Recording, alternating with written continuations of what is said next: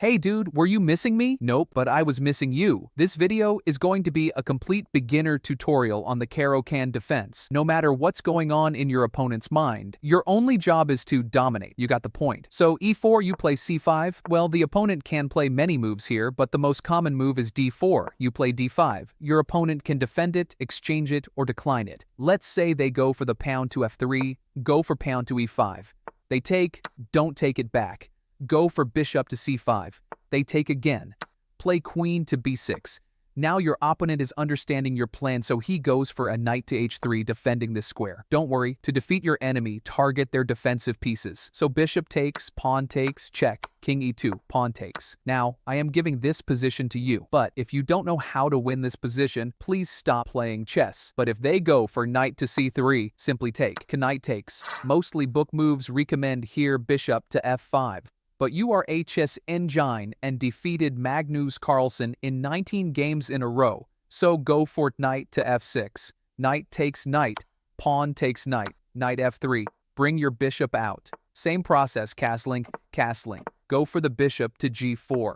This pawn is a more important piece of white, so he is going to defend it. Develop your knight. Bishop e3, play rook e8. White cannot move his queen, so he will go pawn to h3, attacking this bishop. Go back.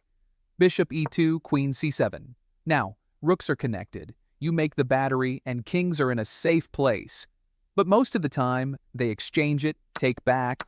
Pawn to c4, play knight to f6. Your opponent is also playing the knight. Go for pawn to g6. Queen b3, play bishop g7. White takes, castling. These two pieces of white are useless. I don't need to tell you why. But the last option, if white ignores and moves to e5, again give the proposal. Again he rejected and played pawn to c3. Go for knight to c6, attacking the pawn. White plays knight f3, protecting the pawn. Bishop e3, pinning the knight. Then bishop e2, pawn e6, castling. But before we proceed, I would like to ask a simple question. What is the best way to learn chess theory? Analyzing chess games.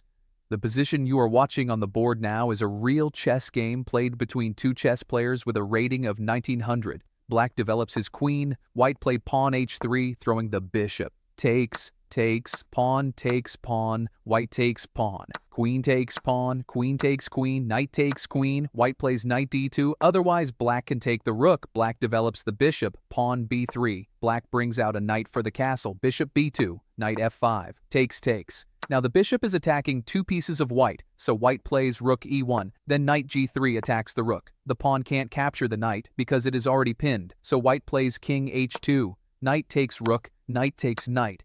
Bishop captures pawn. Rook e2. Bishop comes back. Now white wants to attack kingside, so knight g3. Black castles. White pushes the pawn. Black pushes the pawn. Takey, bishop g4. Now this pawn is attacked by two pieces while protected by one, so black played rook e8. Then knight h5 attacking this rook. Rook e6. Bishop takes pawn and check. Black takes, white takes, black takes. Then white made a blunder by playing knight f4. Bishop pinned the knight, so pawn g3, black takes the knight, white takes the bishop and resigns. Hey, if you want a similar chess analysis in the Sicilian defense, then click here.